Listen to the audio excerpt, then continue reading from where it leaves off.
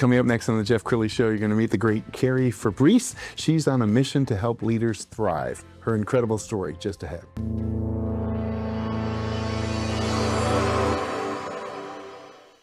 Many are predicting that the worst is yet to come, which is unfortunate, said one person here.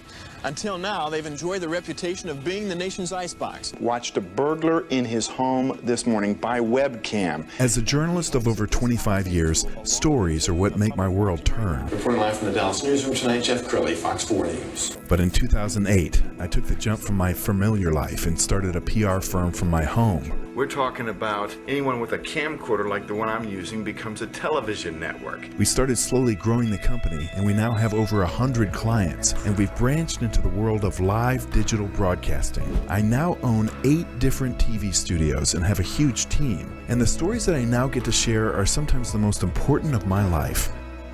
Life has a funny way of coming around full circle. This is the Jeff Crilley Show. I'm so excited about this next show. The great Carrie Fabris is in the studio. She's an author, speaker, national thought leader on leadership, and we're going to talk about her journey. Welcome to the show. Thank you. Yeah. This is so fun. I love the music coming in here. The whole vibe is so great. Thank you. You're very kind. Well, you spent a whole lifetime in corporate America before you broke out on your own. So tell us a little bit about your corporate journey. Yeah. So I was in the travel space for over 20 years. So started at Travelocity back in the 90s. I mean, that sounds so long ago. And then was at Sabre, moved to Google, worked for Travel Leaders Corporate. So just had a really awesome run with some pretty fun travel brands. Was in sales and account management, leadership, and just had the privilege of working with great leaders, for great leaders, leading amazing teams. We were, remote teams before remote was a thing. But yeah, a lot of fun in the travel space. Now, were you always kind of a frustrated entrepreneur during those corporate years? Okay. No, it's so crazy. I mean, no one's more surprised about being an entrepreneur than I am. It was just a total passion pivot, really, of having the moment to step out of corporate for a second. And in that pause, there's so much power in the pause. In that pause, I was like, if I could do anything, what would it be? And I love leadership so much. There's a lot of leaders out there that really aren't getting it right. Yes. I have been someone who left a company because of a terrible leader. And as we've, I think a lot of us have heard, you don't leave your company, you leave your leader. And I was like, I think I can help. I've nurtured, led, built, sustained high functioning, high performing, loyal, close teams. Again, even remotely before that was a thing. And I think I can help people. So I just decided to put my freak flag up and pivot I to love that. building a executive coaching firm. And here we are 10 years later. It's been a wild ride. Congratulations. We're going to pull up your website. It's called careerframe.com. And as we scroll down the website, I want you to talk about what a great client looks like for you. Yeah. So I would say first we start with a progressive leader. And what do I mean by that? It's someone that understands that the development of leaders is not fluffy and soft. It is a strategic necessity. And so we are coming into companies, working with their organizations on building strengths-based leadership, high emotional intelligence. There's more and more research that EQ is a higher indicator of success than IQ. We also do situational leadership. So we're helping leaders understand how to be adaptive adaptive leaders. A lot of us love to show up and just project our language out to everybody, one size fits all. And that's not how you tap into the strengths of the unique individuals on your team. So it's that progressive leader that says, yeah, I want all of that. I want a high functioning team. I want an engaged team. I want a successful team. And I do believe that when they have the right leadership development, the right coaching, the right support, that they will get to that place. And so those are the companies we work with. Okay, Carrie, without identifying the client, tell me one of your favorite success stories. Yeah. So we have a client, and it started with one SVP that I connected with on LinkedIn. Actually, one of those rare moments where you actually get someone's attention on LinkedIn. And he wanted to do a workshop with his VPs, his team of 7 VPs. So we met in the peak of COVID, and everybody, one person at different tables and spread out. And we did a Clifton Strengths workshop. And that was again in 2020. Here we are 6 years later. and we have turned almost their entire company of 5,000 people globally into a strengths-based organization. That's incredible. At the time, it was just me. I built a team because I was like, I need bandwidth. We got a lot to do here. So built a team to come in and do a very much of a team approach. We work now with several of the SVPs, different departments, different divisions. Every department has their own journey, which is fun because it's Wow. like, well, this is working for that department, but you all have there's different challenges over here. Yes. So we get the opportunity to identify the challenges for those departments. And they just recently sent me over to Europe to work with their Wow. Europe leaders. And so just I look at this client and actually it's not even they're not even a client, they're a partner. And that's the difference. Love that. They see me, I have a seat at the leadership table. They see me as an advisor, a trusted advisor. I absolutely adore working with this company Wow. and with the people in this organization at all different levels, all different regions. I mean, we've done APAC, India, Europe, South America, the US. And I want more of them. Well, and congratulations. That story speaks volumes about your success because a big company like that doesn't keep somebody on if they're not constantly meeting milestones. So Oh, thank you. congratulations. No, thanks. I want to talk about your book. So you wrote a book how many years ago?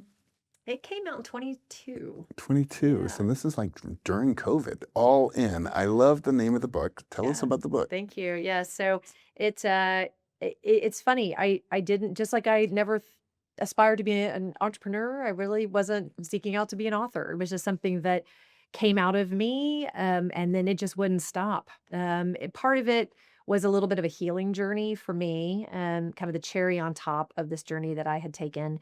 And what the book does is it walks the user through about 6 years of a snapshot in my life. And it's a little memoir-ish, if you will, of where I had this moment where I needed to decide, am I going to stay the corporate path? Am I going to make this career fame thing happen? And going through just the ups, the downs, the sloppy, messy sideways of figuring Yes. that out. And then realizing that when I launched my business the first time, I failed awesomely because it was very ego driven. And ego is not scalable, Jeff. I figured that out along the way. So I realized that, I was the obstacle and just went all in on me and that's why it says unapologetic in the subtitle. It just, it's kind of my turn, husband, kids. I love you three. I got to take care of this so I can show up for you. So it's just basically the journey I went through to get Yes. to this fulfilled life that I'm in now, where I have a career that I love, a company I'm passionate about, love what I do every day. I Yes. get to do it every day, and I can be a fierce mama bear at the same time. That's so powerful because I think there's a coach on every street corner in Dallas, Yes, there are. but many of them have never run a business. They've not been through the self-growth Yeah. that you've been through. So I definitely practice what I preach, and also like I will share stories because I want to be relatable to people. And sometimes I would say All In is not necessarily a book for corporate, right? It wasn't written for that. It's more of the person who is figuring things out and just wants to say, well, what did this person do? Someone who wants to listen to other people's stories and hopefully be inspired by those stories. But yeah, it was a fun journey to write it. you're also a very frequent guest on different podcasts. We're going to show some video here. Yeah. When I had really short hair.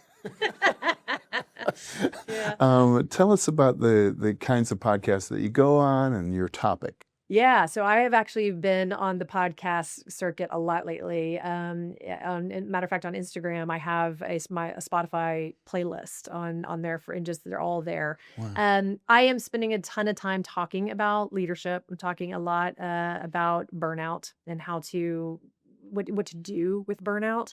I'm talking a lot about the book. Yes.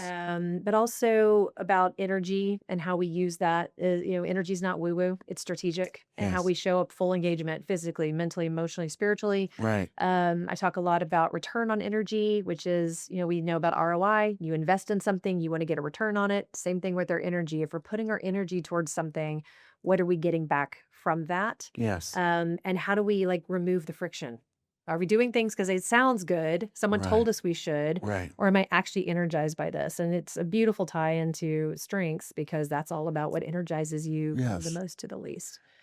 So really those topics, just helping people explore and understand Yes. that you are not alone. You can allow yourself to feel certain ways. Please stop comparing yourself to everybody. Go all in on you, and how you define all in is how you define all in. Yes. And just trying to inspire Well, different and people. let's drill down a little deeper on strengths. So, when Mark Zuckerberg started Facebook in his college dorm, Yeah. he was a coder. Yeah. He didn't know that he'd have thousands of people around the globe working for him one day. I know. So, when a de facto leader finds themselves suddenly in charge of a big team, Yeah. do they hire an operation person who might be better skilled at leading a team, or how do you coach that? Yeah, I would say, so just first of all, kind of what you're saying is, or what I think you're saying is, a lot of times people are put in a leadership position because of what they know. So it's like, you were really good at this thing. Let's go have you lead a team of people doing this thing. It's a very different skill, leading people. So if you look at just this path, you've got technical skills, you've got human skills, and then you have conceptual skills. So these are the senior executives, these are the individual contributors. So when you get promoted into that middle, the biggest skill you need are human skills. And so that's where we come in to help these leaders understand, how do you tap into the humans that report to you so you can get the most productivity out of them. Yes. And that's where strengths comes in. It is, Gallup Clifton Strengths. And just like you said, there's hundreds of thousands of us coaches. There are plenty of strengths certified coaches out there as well. And if we know what we're doing, we come in. I've been doing strengths for 11 years now. I started it before I actually launched Career Frame, and it's literally helping people identify what lights them up, what energizes them, and you want to put those butts in the right seat to maximize the output from that Yes. person. Yes. And when that happens, you just kind of sit back and you just watch. It's like magic. Just again, they're happier, they're more engaged, they're more productive, they're more successful, they drive more business. It just trickles down. So we will, especially if it's a leader that was tapped or got promoted because they wanted the money, they wanted the title, but they don't know the people. Yes. Those are the ones that we can really help in a different way than we would help a senior executive, for example. All right, Carrie, we have about a minute left, so look into the camera on the left and talk to that company or CEO who might need to bring you in. Yeah. Okay. Well, if you are a progressive leader, you understand that developing your people is a must. It is not a soft, fluffy, nice to have. Then we certainly would love to talk with you. We'd love to support you. We come in, we identify, where's there a breakdown? Most leaders have that one thing in common. There's a breakdown somewhere. And we come in and identify what that breakdown is. Oftentimes it's communication. That's a big topic. So we drill down in communication of what? Is it expectations? Is it accountability? What is it? But we come in and help you build a strengths-based team, increase your emotional intelligence, adaptive leadership, and we would love to talk. Outstanding. You've been an amazing guest. I can see why you're so successful. We're going to end with her website, which is careerframe.com, the great Carrie Fabris. Thanks for coming on the show. Thank you so much for You having bet. me. That's it for now. We'll see you next time.